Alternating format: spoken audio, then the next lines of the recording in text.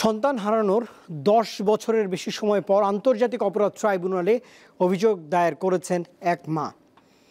২০১৩ সালের ৫ মে শাপলা চত্বরে নিহত বুয়েট শিক্ষার্থী রেহান আহসানের মা রবিবার ট্রাইব্যুনালে হাজির হয়ে অভিযোগ দায়ের করেন। হেফাজতের সমাবেশে গিয়েছিলেন রেহান। পাশে দাঁড়ালে শোক সমাধান। সন্তান হারানোর শোক যেন থামছেই না। এ কান্না শুরু ২০১৩ সালের ৫ মে।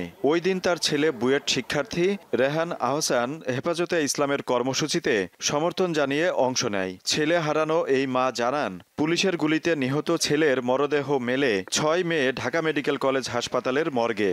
তখন আমি বাকশক্তি হারিয়ে ফেলেছিলাম যে আমি আমার ছেলেকে এইভাবে পাবো, এটা এমন চিন্তাই কখনো আসে নাই। টপ টপ করে রক্ত ঝরছিল, নিঃস্বার সেই দেহটা পড়েছিল একটা খুব সংকীর্ণ একটা স্ট্রেচারে। আমার ছেলে অনেক লম্বা ছিল, স্বাস্থ্য ভালো ছিল, স্ট্রেচারে তার জায়গা হচ্ছিল না। রেহানের পোস্টমর্টেম করা হলেও রিপোর্ট প্রকাশ করা হয়নি বলে অভিযোগ তার।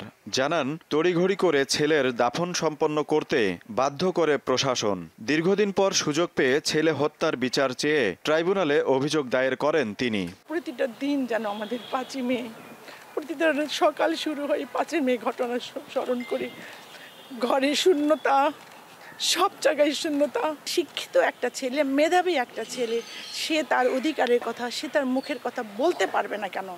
আজ আমি এখানে বলতে পারছি, কিন্তু আমি এটা কখনো বলতে পারি নাই। ক্ষমতাচ্যুত সাবেক প্রধানমন্ত্রী শেখ হাসিনা সহ ৪৪ জনের বিরুদ্ধে অভিযোগ আনা হয়েছে বলে জানান আইনজীবী। তৎকালীন প্রধানমন্ত্রী শেখ হাসিনা, তার নিরাপত্তা উপদেষ্টা তারিক সিদ্দিকী, তৎকালীন পুলিশের আইজিপি, র্যাবের মহাপরিচালক, ডিএমপি কমিশনার বেনজির সহ ৪৪ জনের বিরুদ্ধে অভিযোগ দায়ের করেছি। নওগাঁ শহরের মধ্যপাড়া মহল্লার ব্যবসায়ী AKM মামুন আহসানের ছেলে রেহান আহসান বুয়েটের কম্পিউটার বিজ্ঞান বিভাগের ৩য় বর্ষের ছাত্র ছিলেন।